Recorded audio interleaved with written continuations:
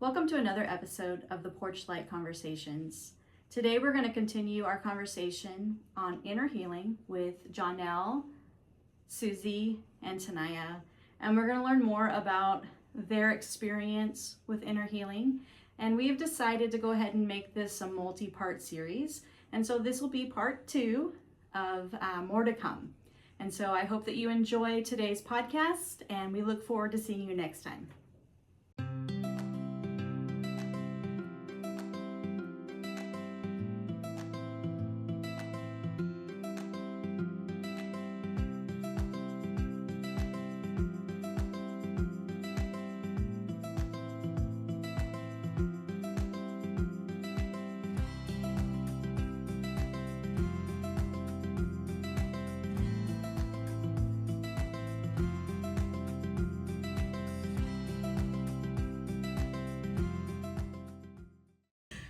All right, welcome to our podcast, the Porchlight Conversations, and here we are again having a conversation in our porch room.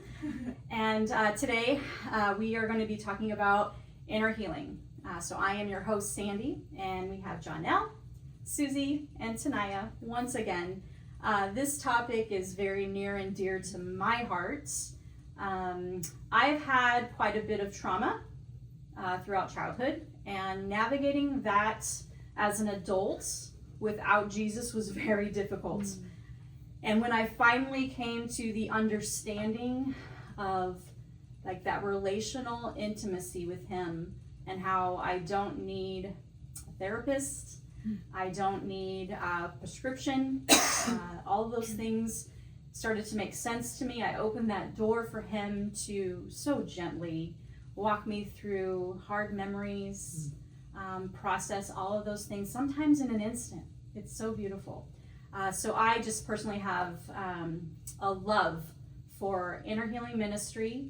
We do once a month, sometimes more often, intentional listening prayer, where we just sit with Holy Spirit, see where he wants to take us, and it's always so good.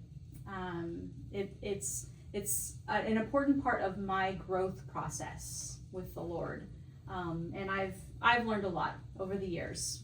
I've read the books and tried the sozos and all the things, right. and I've gone to those places. I've gone to the inner healing ministries to see what they do, and walked away with all kinds of little tools in my tool belt.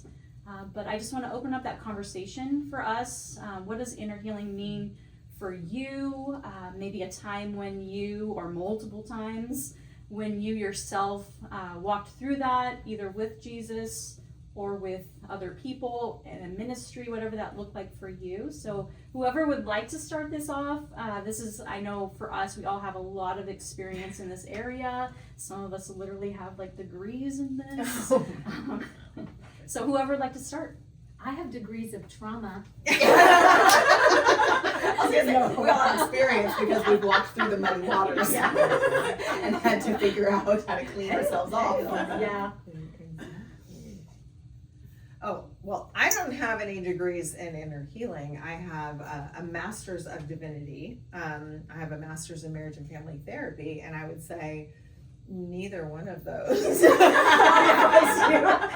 one of those. All of that work and study. Actually, yeah, I have a degree and I have the letters, but that doesn't mean I have the understanding. And actually, Sandy, you played an absolute intricate role in my understanding of inner healing as I would define it.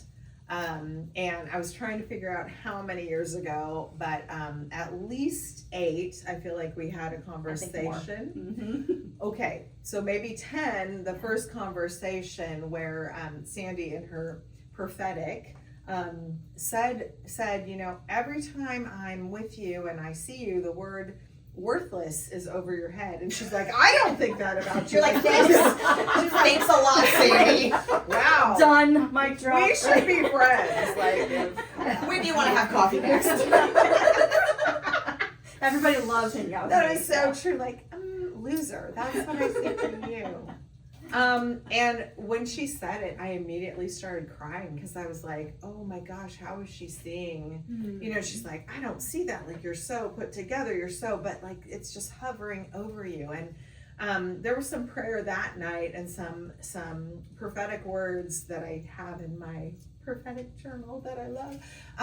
But it deeper movement. And it was one night of listening prayer with Sandy and another gal, and I had never done that before. And in fact, I was having a little bit of, we'll call it performance anxiety, because they're asking me, like, what am I hearing? What am I seeing? What am I perceiving? And I'm sorry, there's a little bit of pressure when I grew up Presbyterian, people. We don't, like, this is not, right? Right. Yeah.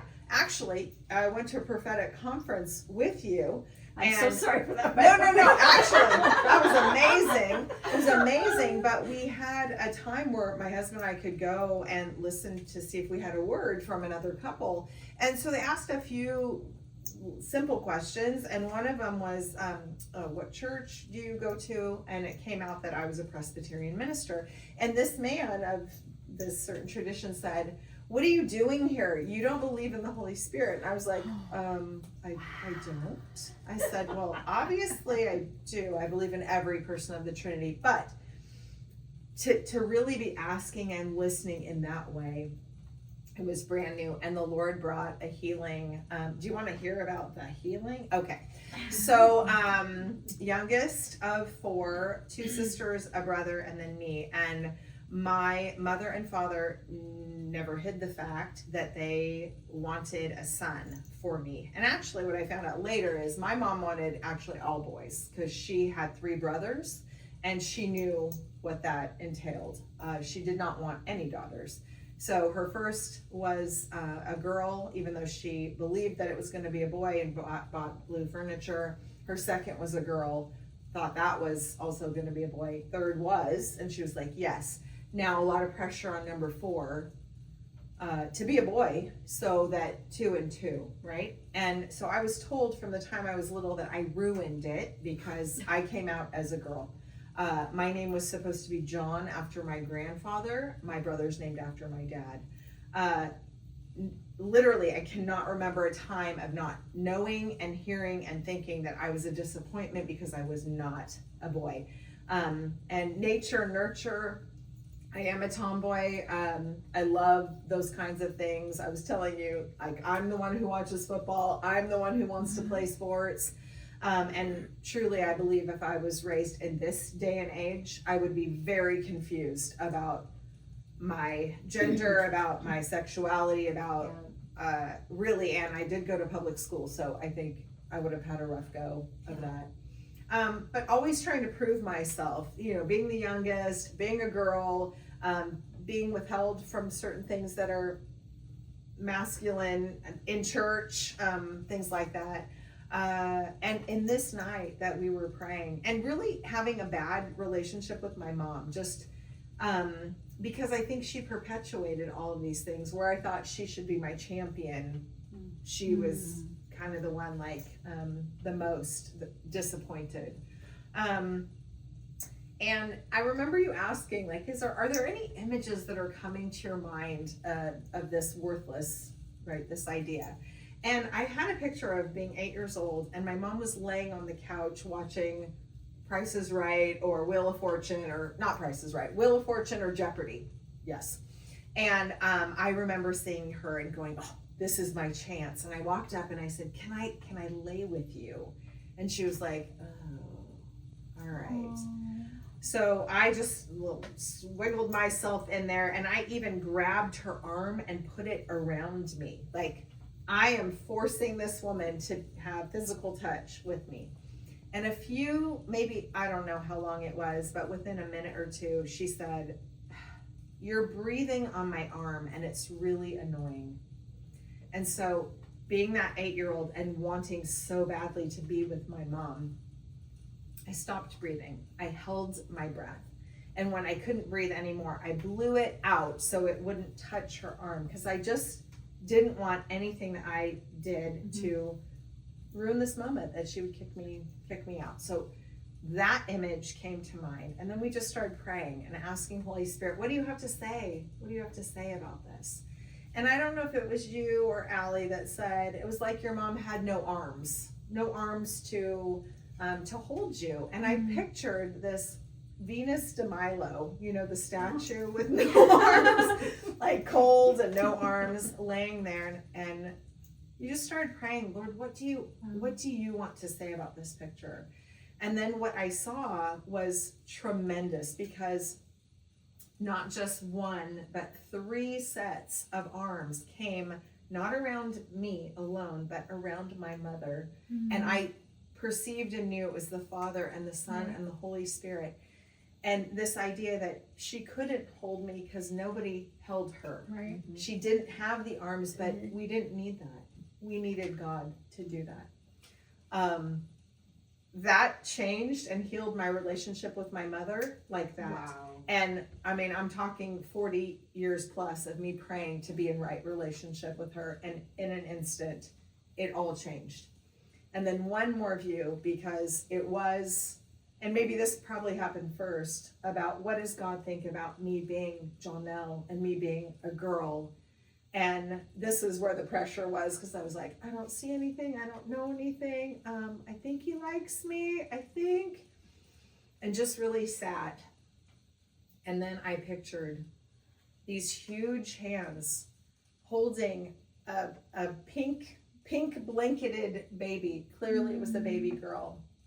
And God saying, I love you. You're exactly what I wanted. You're exactly what I had in my heart and my mind.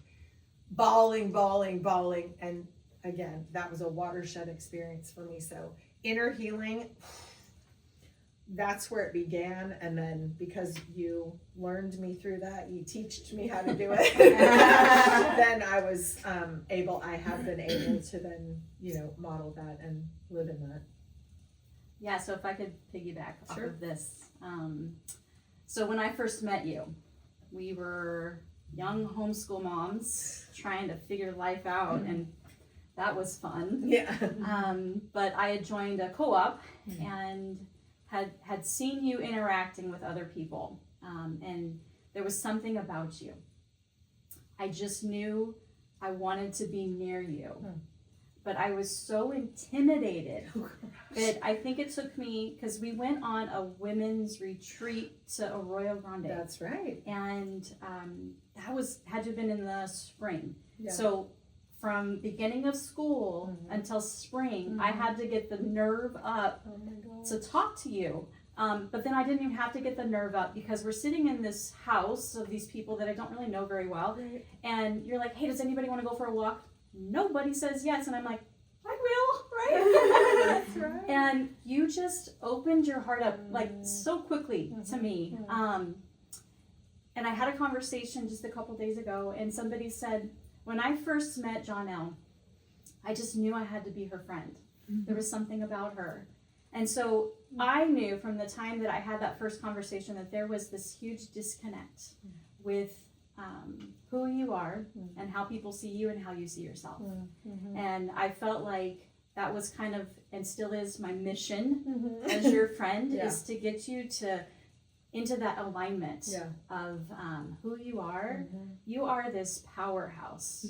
And the fact that you think that I was a tomboy, and I think that those are the qualities that make you so strong. And that you're not less of a woman, you're not less feminine. Right.